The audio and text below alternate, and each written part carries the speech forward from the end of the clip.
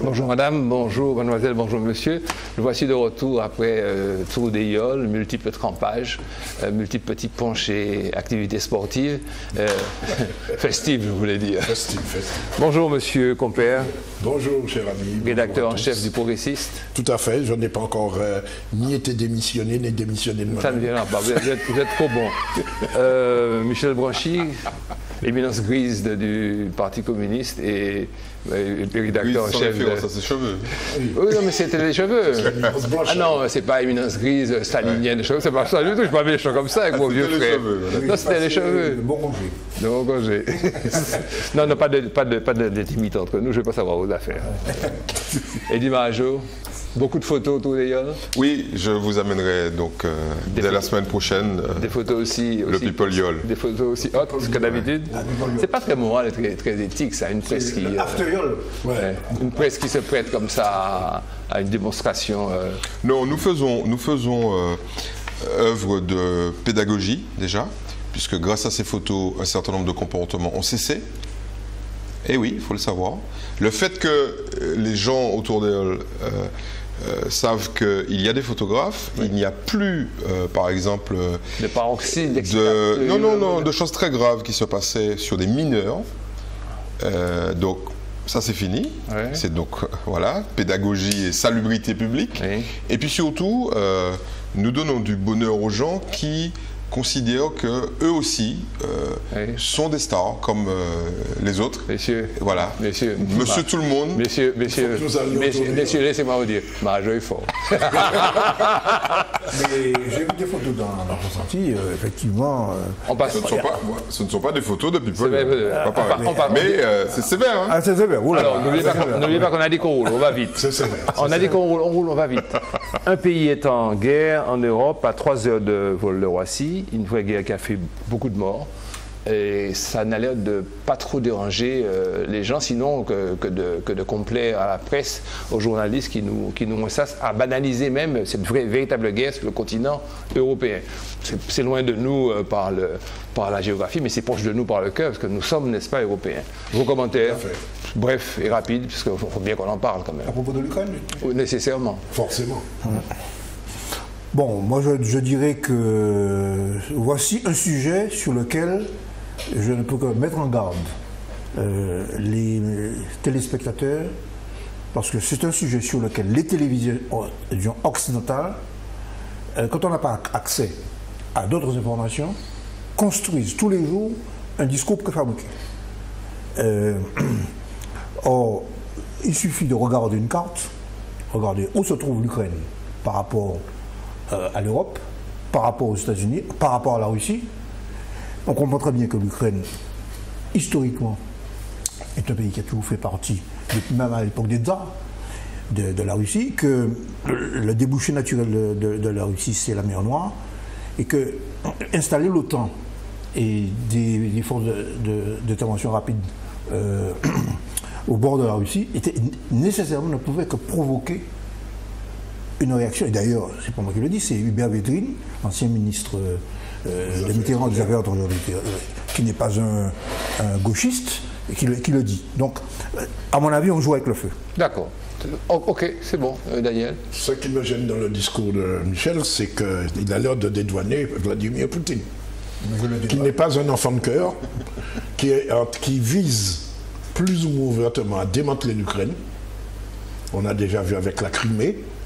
Alors bien sûr, il y a des circonstances qui font que la population de Crimée est géographiquement proche de la Russie, idéologiquement, tout ce qu'on veut, etc.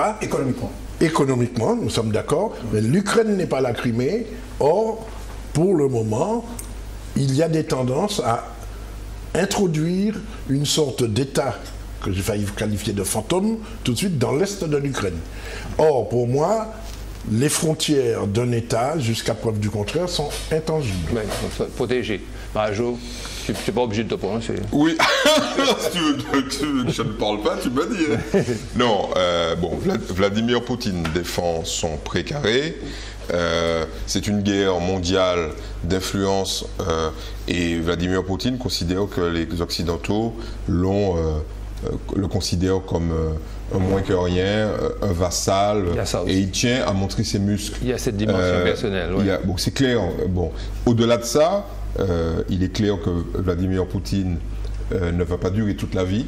Et que, moi, ce qui m'intéresse dans ça, c'est qu'est-ce qui va en sortir. Qu'est-ce qui va en sortir? Il est clair que l'affrontement, aujourd'hui, Vladimir Poutine a le soutien de la population russe parce que il faut que la Russie montre ses muscles. Mais ce que Vladimir Poutine est en train de faire, c'est déstabiliser économiquement la Russie. Parce que la Russie est une économie qui s'est ouverte, qui s'est mondialisée, et un certain nombre de dirigeants russes, notamment de l'intelligentsia et puis de l'économie, disent à Vladimir Poutine qu'il faut faire un choix. Soit on développe économiquement ce pays et on gagne beaucoup d'argent et on fait monter le niveau de vie, soit on reste sur des positions idéologiques. Et Vladimir Poutine va devoir choisir. Et on le verra très clairement. Je ne suis pas sûr que s'il reste sur cette ligne dure, il dure très longtemps. Parce qu'il y a des gens qui ont beaucoup plus d'intérêt à ce que la Russie s'ouvre que garder l'Ukraine ou le Donbass, c'est du charbon. Et avoir tout l'Occident contre lui. Voilà. Messieurs, 2353 professeurs en école, 3077 dans les collèges. Ça fait 5430 profs en tout. Hein, on est d'accord, Daniel? Oui, oui. 80 749 écoliers, collégiens et lycéens, dont 39 723 écoliers dans le premier degré, dont 2863 dans le privé. Moi, je pensais que c'était plus.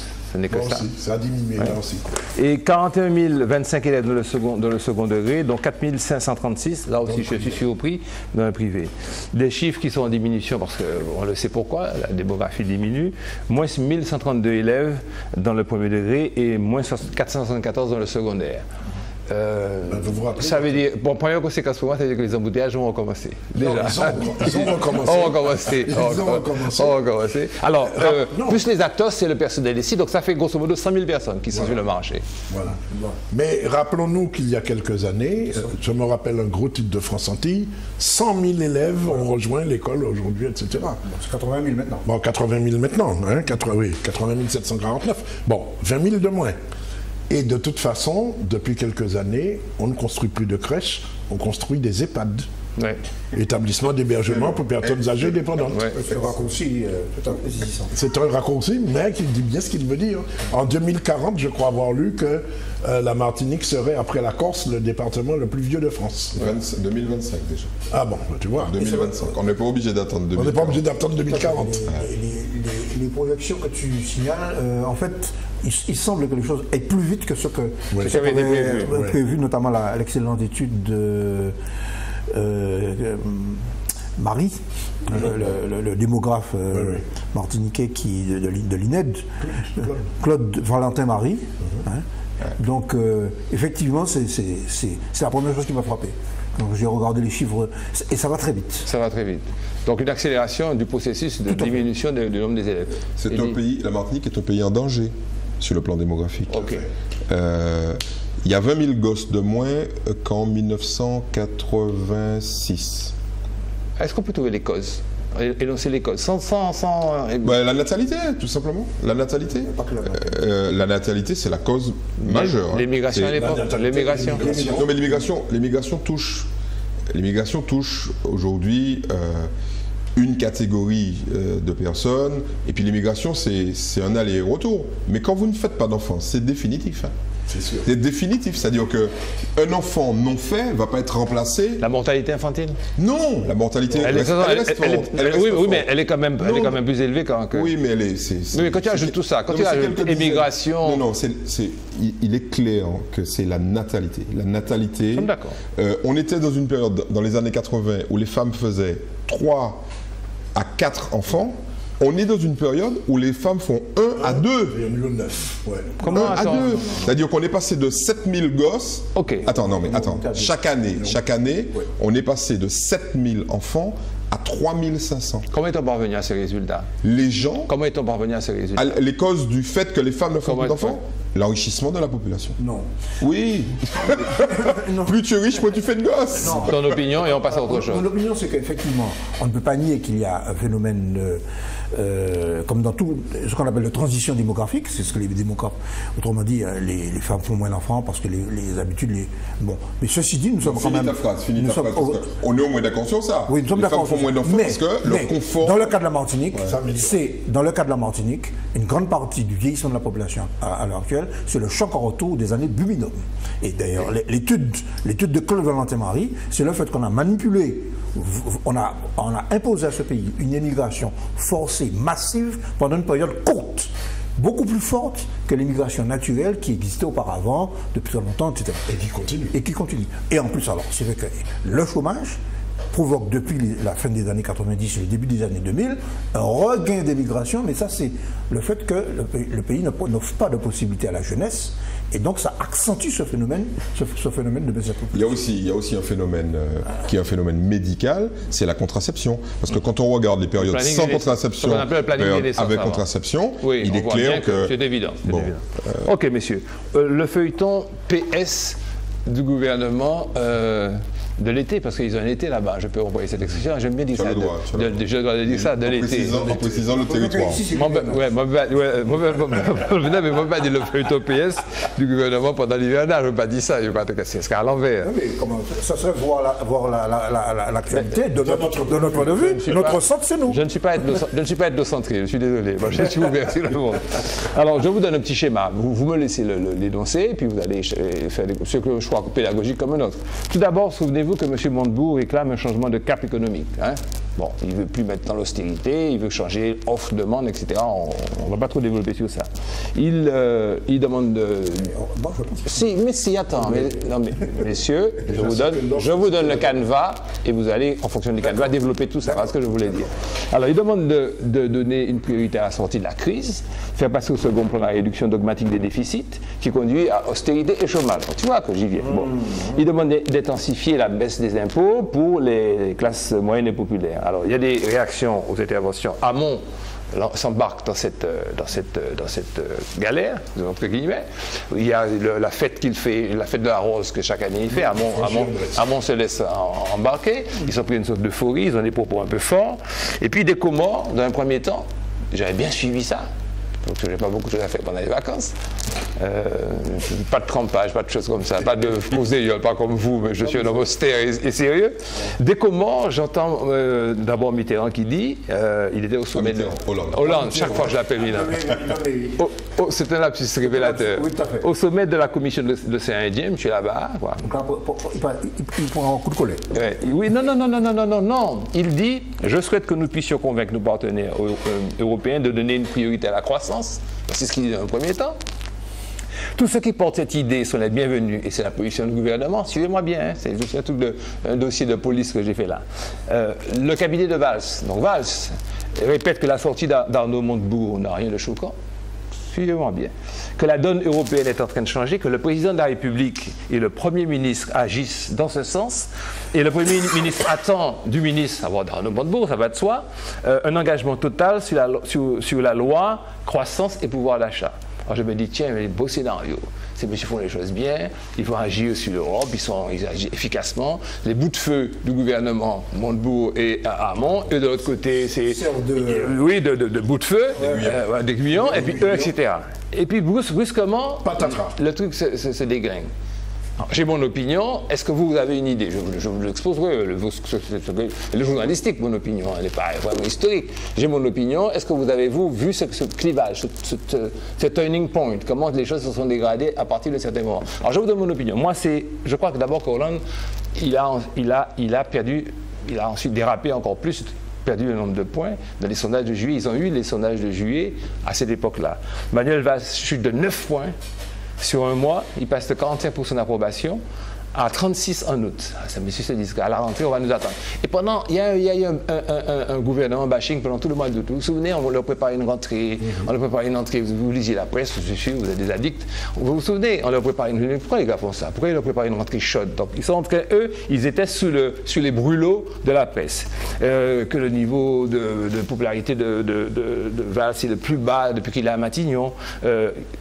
Avril 94, il obtenait 58% de satisfaction, encore, jusqu'à... Et puis ensuite, brusquement, on apprend, et je pense que c'est ça la clé, vous allez me dire si vous êtes d'accord, que le journaliste Valentin Spitz doit publier, ils ont eu des extraits, aux éditions Archipel, un portrait de Montebourg, où Montebourg, vraiment, monsieur se laisse aller sur Hollande. Hollande ment tout le temps, c'est pour ça qu'il a 26% dans les sondages. Il ment tout le temps depuis le début. Il continue. François Hollande, on ne peut pas discuter avec lui, ça ne sert à rien les discussions avec lui. D'ailleurs, les discussions avec lui sont sympathiques, mais inutiles. Au lendemain du premier remaniement, celui post-municipal. Il dit, ça a été assez dit dans la presse, mais je vous rafraîchis la mémoire, je ne vais plus discuter avec François Hollande à l'Élysée. D'ailleurs, je dis à mon personnel de ne plus s'y rendre. Je passe mon temps à Matignon. D'ailleurs, j'ai donné l'instruction à mes équipes de ne plus y aller, voilà ce que je viens de vous dire.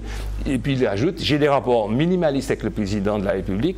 Je me considère en cohabitation. Le président de la République préside, mais nous, on fait.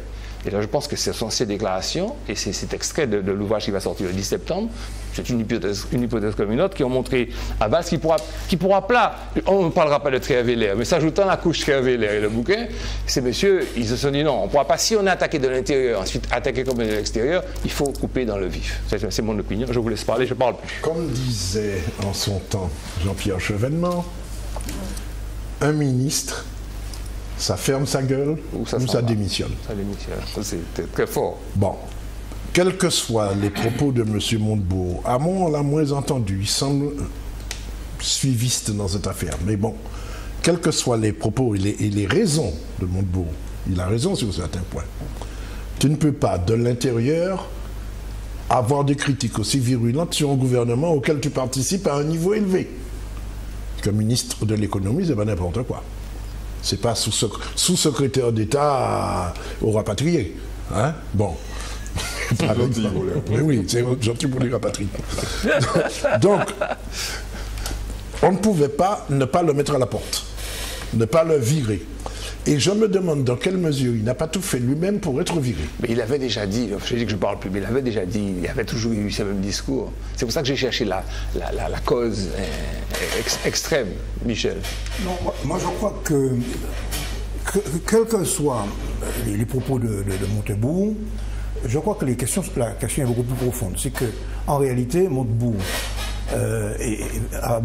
et n'oublions pas Aurélie Filippetti, et sa lettre est remarquable sur les raisons de sa démission.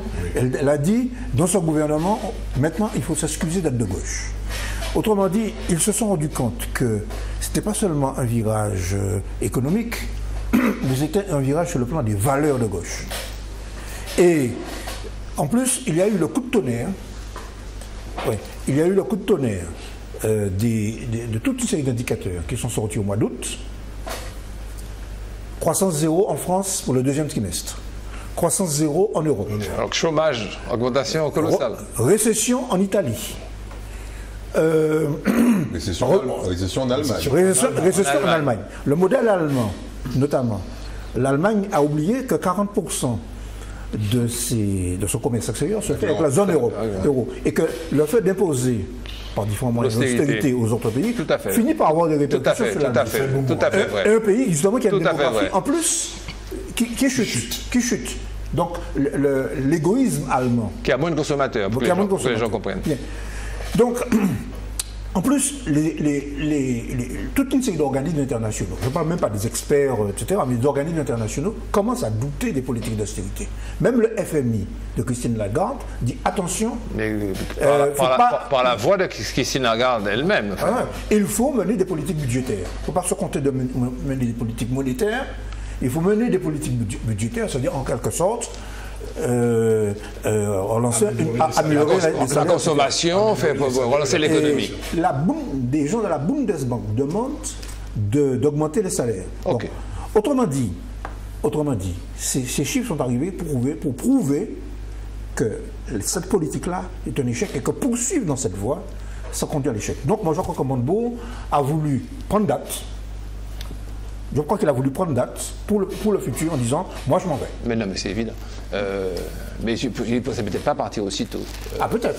Voilà, oui. Peut-être.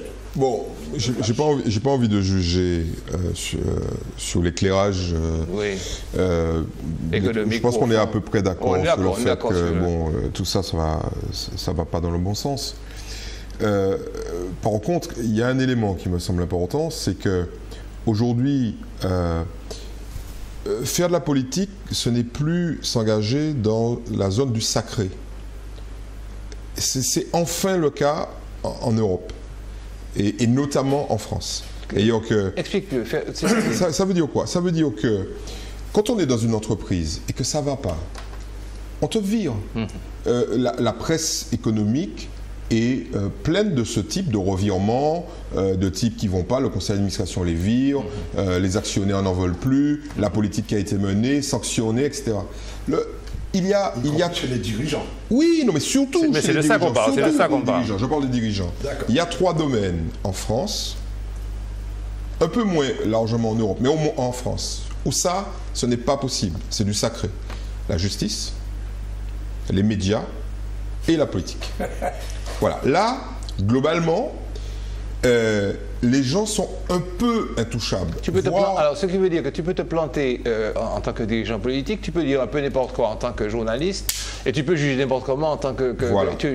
Voilà. C'est ça que tu appelles le sacré. Mais oui, mais quel est l'organisme qui juge les juges? Les juges. Quel est l'organisme qui juge les médias? Quel est l'organisme qui juge les politiques? Je parle du politique, non, en dehors de l'élection, mais pendant le mandat. Qui est-ce qui dit à un ministre qu'il vient de faire une grosse connerie et que ça va coûter 100 000 postes, 100 000 emplois? Qui? Personne. Or, on est entré dans une zone là, une zone de turbulence extrême, où un certain nombre de gens doivent répondre de leurs actes, en particulier Montebourg. Montebourg, il n'est pas bon. Il a des idées intéressantes, mais il n'est pas bon. Ce n'est pas un bon ministre de l'économie. Ça n'a jamais été un bon exécutif. C'est un politique. Okay? Ce type n'avait pas sa place là. Et l'idée que Montebourg sache pertinemment qu'il n'est pas bon et qu'il aille régulièrement dire, les mecs, bon, c'est vrai que je ne suis pas bon, mais je dois cacher mon incompétence notoire en tant que ministre de l'économie par des idées qui, elles, sont intéressantes. Mais tu ne peux pas rester longtemps au ministère de l'économie en étant pas bon, et puis aller à l'encontre du gouvernement. Ouais. Donc, Montebourg, et c'est ça qui est scandaleux, Montebourg aurait dû démissionner à 8h du matin le lundi. Montebourg dit à Europe 1, El Kabachi demande, est-ce que vous serez ministre demain? Il dit, je n'en sais rien, mais je n'ai rien fait pour mériter d'être viré. Et à 9h30, tu es viré. Ouais. Voilà. Je l'ai entendu dire à la journaliste d'Envoyé spécial, je crois, que Mitterrand que Hollande se souvienne que quand même à la primaire des socialistes, j'ai eu 17% et que s'il est là, c'est quand même moi. Il y a un petit côté matamon chez lui qui est quand même désagréable. Montebourg et malheureusement, les médias le savent, et les médias les plus sérieux ont vis-à-vis de Montebourg une condescendance très très sévère. Montebourg n'est pas bon, quoi. Qu'il le veuille ou non, il y a des hommes politiques de gauche ou de droite qui sont des gens sérieux, rigoureux, qui apportent un langage et qui ont une efficacité. On va y venir. Alors, remplacement, nouveau gouvernement Valls. On y va rapidement, on va rester sur les choses qui sont saillantes. On ne va pas parler de chaque ministre au connaît. Bon, alors, donc, les 3 ministres rebelles s'en vont. Donc, je reprends. Philippe Petit, vous le savez, qui avait claqué la porte. Ancien ministre de la Culture, sur les bases politiques, idéologiques, elle a fait les choses dignement. C'est la seule qui soit crédible. Ouais. Il y a un petit là qui s'en mord les doigts jusqu'à maintenant, c'est Benoît Hamon. Alors de Montebourg. On continue, et puis il est entré d'Emmanuel Macron, qui fait son entrée à l'économie. Alors vous connaissez bon, la démonstration, enfin, les analyses classiques qui ont été faites par tout le monde, que c'est un message limpide, que c'est un basculement idéologique spectaculaire, que c'était le choix entre un ministre... C'est un cadeau. Un ministre, ouais. On nous a fait le coup. Alors, Attends, là, donc, tu dis cadeau, mais on a dit aussi Sherpa dans les milieux économiques. Bon. Oui, on nous a fait le coup il y a 20 ans ou 30 ans avec Raymond Barre, qui était le meilleur économiste de France. Et avec Fabius, qui était le plus jeune Premier ministre de France aussi. Oui, bon, donc on nous sort du chapeau un Zorro qui va résoudre les problèmes. Attends, allons suivre le truc. Mais pour revenir quand même à ce que tu disais de Montebourg, bon, c'est vrai, les idées. Bon, celui-là n'a pas d'idées, mais il a des relations, il est représentatif. Je suis pas sûr. Je suis pas sûr qu'il n'ait pas d'idée. Je suis pas sûr qu'il il est à l'origine avec ses idées justement du pacte de stabilité, de revirement brutal, oui. et il ne plaît pas forcément à Michel, ça c'est clair. Associé, parce qu'il a des idées. Ancien associé de la Banque Rothschild, relais des chefs d'entreprise. Sherpa économique, je reprends l'expression que j'ai trouvée intéressante, il accompagne. Hein. Alors il est chargé de rassurer les marchés financiers, Bruxelles, l'Allemagne, et qui était échaudé, semble-t-il, par les coups de boutoir d'Arnaud Montebourg. Et on le met là en place. Et je vous laisse vous exprimer là-dessus. Tu t'es déjà exprimé, tu as expliqué qu'on a sorti le chapeau avant que je m'en ravis la parole. À ton tour. Non, moi je dis, bon, je suis à peu près d'accord avec Michel. On nous sort souvent du chapeau des individus comme ça. En plus, il est jeune. Ça, c'est aussi un argument, hein, si vous regardez. Le jeunisme, hein, si vous regardez. Non, les petits vieux, là, arrêtez. Non, mais c'est pas ça. Non, dans le cas de cette émission-là, ne prenez pas des arguments comme ça. Mais c'est vrai. Il n'y a personne de jeune là, sauf Marajo, donc ils vont dire que c'est un club de vieux. Non, Bouga, oubliez cet argument-là. Mais c'est surtout, bon, juste avant, dans le temps, il me semble que c'est juste avant, ou juste après, le cri d'amour passionné de Manuel Valls au MEDEF. C'est après, voilà. C'est après. Hein, bon, ça va dans le même sens. Moi, je ne dis pas dans le bon sens. On va en parler tout à l'heure. Ça va dans le même sens. Le cri d'amour, on va en parler. Ouais. Non, moi, je crois que... alors, Michel va bondir, mais je pense qu'il y a un moment où il faut arrêter ce distinguo gauche-droite, etc. Bon, il y a au moins un espace sur lequel tout le monde va finir par être d'accord, c'est l'économie. Et autant, je dirais, il y a de vraies ruptures entre la gauche et la droite sur le plan social, sur le plan de la culture, sur le plan de la société, au-delà du social, de la société. De la relation humaine. Relation humaine, ok. De l'éducation, il y a de vrais choix, ok. Autant sur l'économie, et c'est ça qui est intéressant. Lorsque les intellectuels se sont emparés du domaine économique pour dire là, il y a des politiques économiques de gauche et là, il y a des politiques économiques de droite, on leur a demandé quelle était la différence. C'est vrai. Eh bien, la différence, c'est quoi aujourd'hui? Il y a des gens qui ont de l'argent et il y a des gens qui n'ont pas d'argent. Quand on a de l'argent, les politiques de gauche sont faciles à mener. Il faut redistribuer. Quand il n'y a pas d'argent, est-ce qu'on est obligé de faire une politique de droite? C'est ça, en fait. La vraie question, c'est ça. Aujourd'hui, il n'y a pas d'argent. Alors, Michel dit, il faut faire comme Montebourg, il faut relancer l'économie. Mais comment? C'est pas compliqué. Relancer l'économie. Non, mais non, tout ça, c'est des mots. Relancer l'économie, ça veut dire quoi? Il faut faire marcher la planche à billets. Et il faut s'endetter. C'est ça, relancer. Mais on ne peut pas. Ouais, mais on ne peut pas. En fait, on ne peut pas. L'idée, c'est quoi? Il y a des gens qui disent, ils oublient qu'on ne peut pas. Ils disent, allons faire comme avant.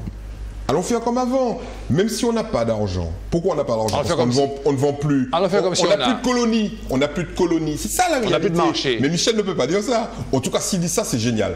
On n'a plus de colonies. On n'a plus l'Afrique. On pille l'Afrique. On n'a plus l'Asie. On pille là. On est. À qui vendre? Michel, à qui vendre? On ne vend plus. Attends, pour élever le niveau de vie des ouvriers, des travailleurs, à qui vendre? D'abord aux travailleurs français. En France. En France, en élevant le pouvoir d'achat. Bon, il est... Comment tu fais Et puis la France est quand même dans une entité qui s'appelle l'Union européenne. Il faut influencer l'Union européenne. Il faut donner à cette Union européenne une autre vocation, une autre dynamique, une autre orientation. Oui. Donc par conséquent, non, moi je mets ce qu'il en faut. Il y a d'autres politiques possibles. Bon, le fameux Taine auquel s'est rallié Hollande et Valls, c'est-à-dire « there is nothing else ». On ne peut rien faire. Alternative. On ne peut rien faire d'autre. On ne peut rien faire d'autre. On n'a pas le choix. Eh bien non, justement. Il y a un grand débat, ce que j'ai esquissé tout à l'heure, il y a un grand débat, y compris chez les théoriciens de l'économie, qui montre qu'il est possible de faire autre chose. Je prends l'exemple, je ne vais pas prendre un marxiste, Laroutourou, qui est un économiste. Il a basculé à l'extrême gauche, lui. Bon, Laroutourou dit qu'il faut faire à la fois. Il ne faut pas opposer d'ailleurs la politique de l'offre et de la demande. La France est un pays où il faut à la fois faire une politique de l'offre et une politique de la demande. Il faut y compris d'ailleurs, je dirais que, moi j'ai lu avec attention la section économique de la CGT s'est convertie à cette idée. Bon, je ne vais pas parler de la Martinique. À la Martinique, il est évident que nous devons faire une politique de l'offre et une politique de la demande. Quand je te fais les deux. Quand je te fais ça, c'est pour t'hétéro. Nos téléspectateurs ne comprennent pas ce que ça veut dire. Politique de l'offre, politique de la demande. Eddie, quand je te fais ça, c'est pour que tu comprennes. C'est pour que tu puisses. Veux-tu, j'allais y venir, veux-tu expliquer en termes simples, politique de l'offre, politique de la demande. Et puis après ça, on passe à autre chose. Alors, en deux mots, la politique de l'offre telle qu'elle est présentée par les tenants du libéralisme, c'est diminuer les coûts de production, donc diminuer les salaires, augmenter la productivité, diminuer les charges de l'entreprise, pour permettre aux entreprises d'augmenter leurs marges, et donc les marges permettant d'investir, et l'investissement permettant la relance économique. Bon. Il est prouvé, archi prouvé, que ce fameux théorème de Schmitt ne marche pas en France. Continue. Et l'autre politique, ça consiste à augmenter le pouvoir d'achat en augmentant les salaires. En augmentant les salaires. Sauf que dans la situation française, comme l'industrie française a perdu du terrain, le risque en augmentant considérablement la demande, c'est qu'on achète des voitures japonaises. Donc, autrement dit, il faut faire les deux. Il faut faire les deux parce que... Et comment quel panachage, quel pourcentage? Il y a des secteurs de l'économie qui ne sont pas je prends l'exemple. L'agriculture, les services, le grand commerce, il y a toutes ces deux secteurs qui ne sont pas en compétition avec l'extérieur. Donc, accorder des réductions d'impôts comme le CICE ou des réductions de charges aux grandes surfaces, et d'ailleurs, qu'est-ce qui se passe? Les types augmentent les profits. Michel, le doigt comme ça, on fait un dialogue, on fait une émission. Oui. Comment, quand tu as augmenté la demande, on a augmenté les salaires, comment peux-tu orienter les achats vers la production nationale française, la production Montebourg? Et là, on revient à Montebourg. Ouais. Comment tu fais ça? Bon, alors... oui. Non. Ouais. Michel Noah va oser le dire, c'est impossible. Dans une économie libérale, c'est impossible. C'est impossible. Sauf à prendre des décisions extrêmement... C'est fini. Oui, la France ne peut pas augmenter, par exemple, les droits de douane, c'est fini. C'est terminé, c'est mort. Tu peux pas protéger ton marché intérieur. Mais ce que Michel ne dit pas, et qui est une vérité, c'est qu'une économie de la demande, c'est une économie subventionnée. Ça veut dire qu'il y a quelqu'un qui doit débourser de l'argent au départ. C'est qui? Alors, la plupart des économistes disent, bon écoutez, il faut relâcher l'espèce de nœud que vous avez mis autour de l'endettement public.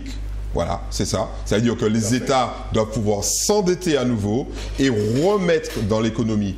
Or, ça a mené à quoi ça? C'est ça la réalité. C'est-à-dire que c'est dommage pour les générations qui viennent, mais c'est fini. Vivre au-dessus de ses moyens, c'est terminé. Voilà. Alors, on continue. Bon, on continue. Conception irréconciliable. Messieurs, on peut pas être riche tout le temps. On continue. Oui. Continue. Alors, on a dit qu'on fait l'inventaire de ces petites personnes, de ces grandes personnes. Madame Naja Vallaud-Belkacem, qui fait beaucoup parler d'elle, qui est ex-ministre de la Ville, de la Jeunesse et du Sport, que l'on dit avoir été une bonne élève des gouvernements Ayrault et Valls 1, qui progresse dans l'orbite de Hollande après avoir été une ségolénienne, enfin dans le giron de Madame Ségolène Royal.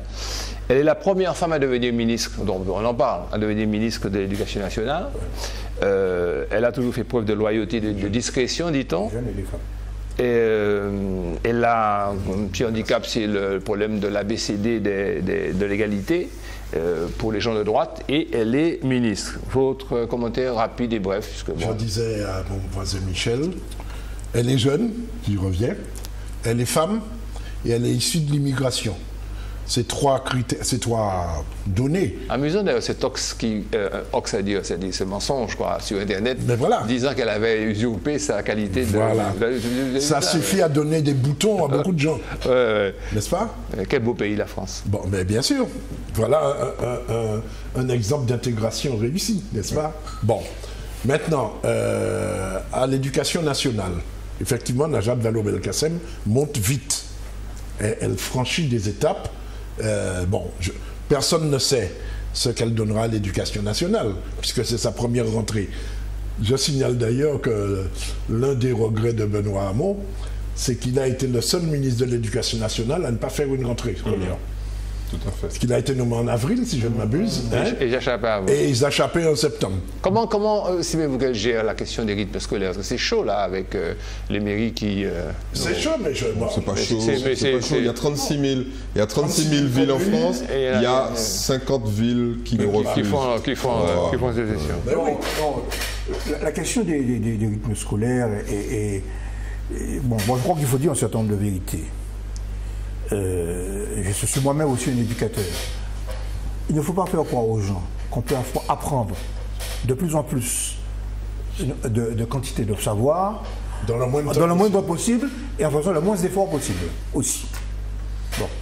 Et ce qui reste sur le carreau, ce sont les enfants des couches populaires qui n'ont pas le moyen de se payer des profs privés pour faire du rattrapage. Ah, qu'est-ce que tu veux dire par là? Je veux dire par là que j'approuve le fait qu'on essaie d'augmenter le temps de l'apprentissage, notamment en primaire, parce qu'on sait que c'est là que se construisent la plupart des inégalités sociales ultérieures. Maintenant, il fallait faire cela. Il fallait faire de la concertation, ça n'a pas été suffisant. Il ne fallait pas le faire de manière dogmatique, et puis il fallait donner des moyens. Ça coûte en gros 150 € en moyenne, d'après l'Association des maires de France. Ça coûte 150 € par enfant, et on a donné 50 €, peut-être un petit chouet en plus dans les DOM. On a donné plus. On a un petit peu plus dans les DOM avec la CAF. Avec la CAF. Bon, mais moi, c'est... Et puis, il faut préparer les gens. Il faut préparer les personnels. Ça fait 2 ans qu'on est là-dessus. Alors, ouais, mais il faut préparer les personnels. Bon, alors, il y a les associations d'éducation populaire, par exemple, qui sont très fortes en France. Bon, qui dans certaines communes, et là, c'est là qu'il y aura des inégalités. Bon, il y a dans certaines communes, bon, ici en Martinique, elles sont moins fortes, la Ligue de l'enseignement, etc. Bon, et puis, apparemment, ici, il n'y a pas eu de bug. Apparemment, il n'y a aucun maire qui a refusé. Il y a des problèmes de formation et de changement d'horaire de personnel, et qui, comme nous avons beaucoup de personnel, qui sont des personnels qui ne sont pas titulaires, ça peut se traduire dans certains cas par une diminution des horaires et par une diminution des salaires. C'est pour ça que dans certaines communes... C'est pas encore le cas. Oui, mais c'est posé dans certaines communes, à Fort-de-France par exemple. Ok. Ouais. Bon, on continue. Mais globalement, pour une réforme aussi lourde, parce que je veux dire, il y a un impact considérable.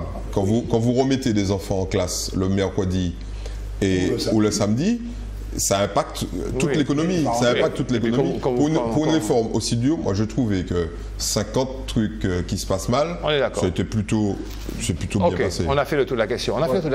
Madame Taubira, elle est encore là. Elle s'amuse, elle arrive à Biclo, à bicyclette pour aller soutenir les frondeurs. Elle est encore là. Alors on se demande, alors je vous pose la question, est-ce que c'est sa réussite pour le marche pour tout ce qui est la seule réussite finalement du gouvernement Hollande, hein, c'est la seule chose qu'il a réussi de façon flagrante. La réforme pénale aussi. Bon, qui n'est pas du tout achevée, qui est en cours. Les syndicats de la magistrature, dont j'ai bien vu, tout rien n'a été en fait fait. Mais à son actif, on ne jette plus en pâture les magistrats comme on le faisait sous l'époque de Sarkozy, donc les magistrats ne lisent rien. Au moins, on leur fout la paix. Qu'est-ce que vous pensez de la conservation de Christiane Taubira? Est-ce qu'elle est donc un symbole ou est-ce qu'elle est un fusible? Voilà ma question, je vous laisse parler. Un symbole. Le symbole de la gauche. Pour moi, une caution à une politique ultralibérale. C'est dit. Oui. Non, mais Taubira, c'est pareil. C'est pareil. Moi, je crois que aujourd'hui, je veux dire, un homme politique qui, sur les tréteaux, sur les idées, je pense que c'est normal qu'on puisse s'exprimer, qu'on puisse défendre. Mais quand on est ministre, on est là pour travailler. On n'est pas là pour défendre des idées, une politique, etc. Un ministre, c'est d'abord quelqu'un qui va conduire une politique qui aura un impact sur le plan économique, sur le plan social, sur le plan culturel, donc qui met en place un certain nombre de choses. Il faut arrêter de jouer sur les deux tableaux en permanence. Et ce qui va arriver, et ce qui arrive de plus en plus, c'est que, c'est ce que je disais tout à l'heure, le monde politique n'est plus un monde à part, un monde sacralisé. C'est-à-dire que tu ne fais pas ton job. Regardez ce qui est arrivé au ministre. Là, il y a un ministre qui vient de démissionner. OK ? Le type, un secrétaire d'État, enfin, ouais, un secrétaire d'État au commerce extérieur, qui s'est fait virer globalement parce que bon, le type il n'est pas à jour de ses impôts et en plus il était vice-président de la commission de contrôle sur la fraude fiscale. Bon, c'est très intéressant. Or, ça se passe en Angleterre, ça se passe aux États-Unis à longueur de journée. Oui. Bon, oui. En France, c'était complètement sacralisé. Bon, merci Cahuzac. Merci Cahuzac. Tu aimes le mot sacralisé, hein? Je ne suis pas comme toi, je ne donne pas dans pleine conversion. Les autres. Je donne plutôt dans la multiplicité. Mais ça veut dire en clair que Taubira, il faut qu'elle arrête, quoi, fasse son job et puis qu'elle se taise, quoi. Je veux dire, elle n'a pas suffisamment de boulot comme ça avec la justice pour arrêter de... Ah, écoutez, je ne vais pas le faire parce que je n'aime pas les... Il faut que l'émission... a des ambitions. Non, mais il faut que les... Attends, Michel, il faut que l'émission soit fluide. Donc, mais si je vous prenais le relevé de tout ce qu'elle a entrepris sur le plan de la politique pénale et qu'elle n'a pas achevé, c'est colossal. Voilà, c'est tout. C'est l'un des arguments qu'elle a employé faut qu'elle continue. Pour son maintien au gouvernement. Je n'ai pas terminé mon travail. Oui, mais Amour n'avait pas non plus établi le rythme scolaire. Elle l'a dit au moins. Alors, venons-en à Mme Georges Paul-Langevin, qui a expliqué, alors c'est de notre angle d'attaque, je voudrais que vous jugiez de ses propos à l'occasion de son passage ici, parce qu'elle est venue ici avec la ministre de l'Environnement. Alors, elle a expliqué que nous sommes bien, que nous avons gagné beaucoup d'arbitrage avec Bercy, que le président Valls est conscient des besoins de l'outre-mer et qu'il convient pour nous d'être moins pointilleux. Je reprends ces mots, hein, je n'ai pas changé. Hein. Moins pointilleux à notre égard, je ne sais pas ce que ça veut dire, dans l'application peut-être de la loi, l'application je ne sais pas de quoi, des contrôles, des vérifications, peut-être pour l'emploi. Bon, que la TVA non perçue récupérable reste quand même un gros problème, et qu'il y a une solution, c'est peut-être de changer son nom, quoi, BSI, et puis Bruxelles ne comprennent pas très bien qu'on bénéficie, que les entreprises bénéficient d'une TVA qu'ils n'ont pas perçue, et qu'il faudrait l'appeler autrement. Qui ont versé sous forme de... Qui ont versé sous forme de diverses... J'avais un camarade inspecteur des impôts qui était écœuré parce qu'il passait son temps, au lieu de ramasser de l'argent, à payer. Alors on lui a posé une question, c'était d'actualité, sur la ligne économique du banquier Emmanuel Macron, enfin du ministre de l'économie. Elle a expliqué qu'elle n'est pas assez économiste, elle n'est pas assez performante pour parler de ce qui n'est pas de son ressort. Ou être humble. Je trouvais ça très humble, très bien. Et qu'elle a, en tous les cas, que pour sa part, elle a eu le sentiment que dire aux entreprises qu'on allait les aider à assumer leurs charges est quelque chose qui est plutôt bien passé. Mais qu'il faudrait qu'en contrepartie, il y ait des emplois. Par contre, vous avez vu la position du MEDEF aux universités d'été, en disant qu'ils ne croient pas du tout.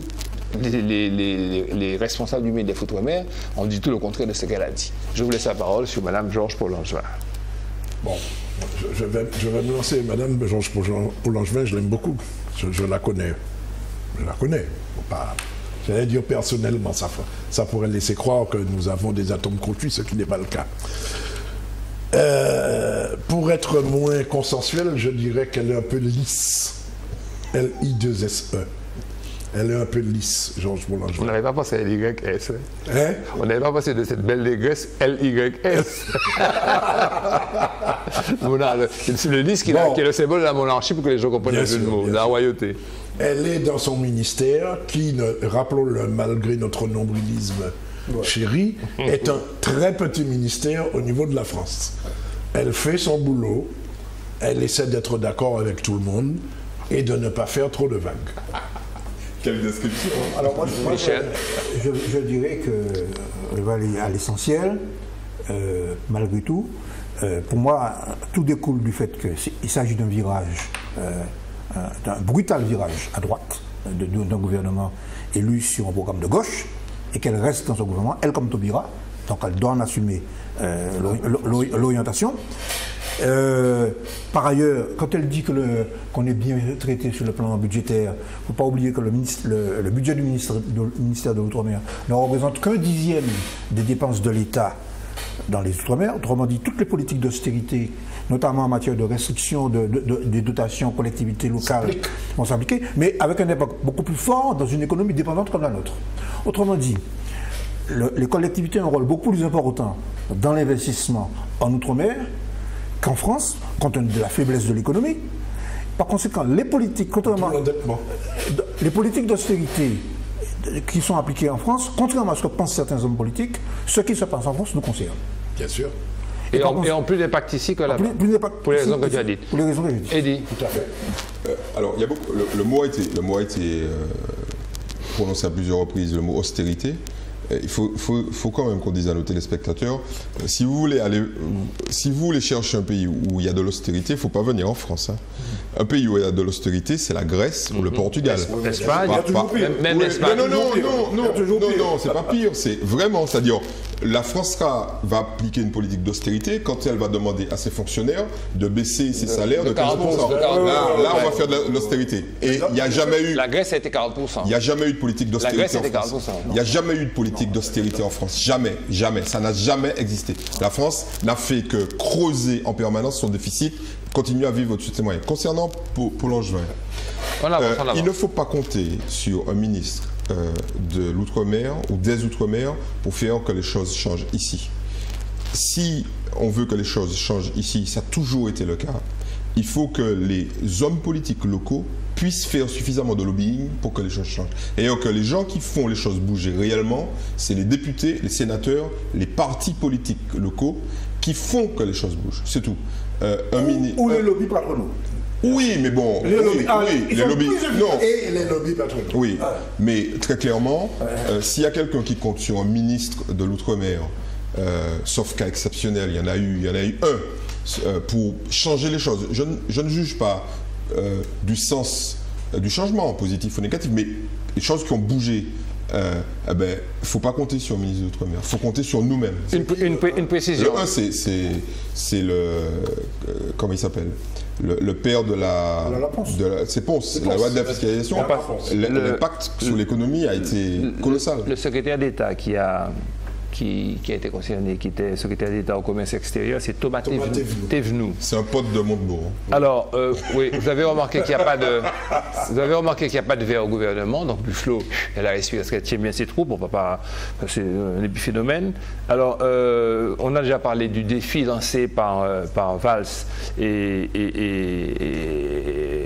par l'éloge fait aux entreprises. Bon, ça a fait le buzz. Bon, j'aime mon entreprise. Ouais, j'aime l'entreprise. Bon, comme s'il y a des gens qui n'aiment pas l'entreprise. Parce que ça veut dire que moi j'aime l'entreprise et qu'il y a une certaine gauche qui n'aime pas l'entreprise. Alors, je me permets de dire, c'est un vieux débat. Pas longuement. Pas longuement. Dans la critique de l'entreprise, il y a le patron, les ouvriers et il y a le capital. Les actionnaires. Les actionnaires. Bon. Il en revient à l'idée d'aucun courant de gauche, y compris à la gauche du PS ou communiste, etc., de dire que l'entreprise n'est pas utile. Le problème, c'est quelle est l'utilisation que l'on fait du profit qui est réalisé sur les travailleurs. Quelle est l'utilisation qui est faite ? C'est ça la question. Tant et si bien que 3 Français sur 4 ne font pas confiance au gouvernement, c'est un peu comme vous te donnez raison. Plus de la moitié des gens qui ont été interrogés disent qu'il faut dissoudre l'Assemblée. C'est un sondage Opinionway qui t'a entraîné un gouvernement. Qui t'a entraîné un gouvernement de droite. Ma question, ou d'extrême droite. D'ailleurs, les principaux leaders de la droite disent attendez, non, on n'est pas prêts. Eux-mêmes ne sont pas prêts. On va arrêter vos conneries. Pourquoi la France ne pourrait pas envisager un gouvernement d'union nationale? C'est une question vraiment provocatrice. Hein, parce que, pourquoi on ne pourrait pas dire que tout le monde se met ensemble parce que ça va si mal? En fait, tu me répondras que ça ne va pas si mal que ça. Donc, il peut Bon, ok. Bien sûr. Sauf si, parce que c'est une des craintes des organismes internationaux, c'est que ces politiques peuvent conduire à des tensions sociales. Alors, je ne le souhaite pas, et puis l'expérience historique nous montre que dans les périodes de crise, de difficultés économiques, ce n'est pas des périodes de mobilisation ouvrière, salariale, etc. Mais ça peut se traduire, par contre, par des votes d'extrême droite. Voilà. Je fais référence au processus qui s'est passé dans les années 30. Et la situation actuelle, elle est génératrice de elle ça. est génératrice, elle est potentiellement dangereuse. C'est en ce sens que ce qui se passe aujourd'hui, ce qui s'est passé, ce n'est pas simplement un petit feuilleton de l'été. C'est un changement extrêmement important qui peut avoir des conséquences très graves parce qu'on est en France dans c'est une crise économique à laquelle c'est adjoint une crise économique, une crise politique, mais aussi peut-être une crise de régime. Oui, on est d'accord. Nous avions un énorme programme, on n'a abordé que 10% du programme, j'étais vraiment trop ambitieux. On n'a même pas parlé de la dette de la région. Ouais, c'est pour ça qu'il faut... Il vaut mieux être frustré que gavé. Oui, gavé. Alors, par contre, j'aimerais quand même que vous me disiez, parce qu'on va en parler à chacune de ces émissions-là, que pensez-vous du ticket à zéro ni l'or, il faut bien qu'on parle de notre beau pays, dans la perspective des élections, de la collectivité territoriale de la Martinique qui devrait se faire peut-être même pas en décembre, peut-être même avant, en juin. Est-ce que ça vient troubler réellement l'ordre prévu, attendu qu'il semblerait que Claude Lys ne se présentera pas? Il semblerait que ce soit acquis. Ça laisse présager déjà de ce que j'ai appelé moi dans un article les retournements de veste. Oui, mais c'est pas une analyse, ça c'est un jugement. C'est pas une analyse, mais ça veut dire que Jean-Philippe Nilor, pour le nommer, qui s'allie à, comment s'appelle-t-il, à zéro, j'oublie son prénom sur le moment, Bruno Nestor à zéro, ça peut sembler au départ comme contre-nature, contre-naturel, mais ça laisse présager justement des regroupements que nous pouvons juger inattendus, mais qui vont modifier la carte politique d'ici 2015. C'est peu fait ce que tu as dit là, plutôt que retournement de veste. Eddy ? Moi je crois que tout ça, ça participe d'un changement générationnel profond du paysage politique, et que on a deux jeunes hommes politiques qui se sont affranchis de la tutelle. Se sont-ils affranchis? Oui, laisse-moi finir ma phrase. Ils se sont affranchis de la tutelle, par exemple, pour aller au combat des législatives. Ils ont gagné leur galon sans le soutien fort. Ils ont gagné sur leur propre nom, sur leur propre programme, et largement. Bon, donc ça leur a donné très clairement de l'assurance. Non seulement de l'assurance, mais de la légitimité. Voilà, la crédibilité et la légitimité. Sur un plan politique, c'est fondamental vis-à-vis des électeurs. Quand vous gagnez rien, vous n'êtes rien. Quand vous gagnez fort, et ça veut dire en clair que les jeux, à mon avis, sont faits sur l'émergence non pas de courants nouveaux, parce que bon...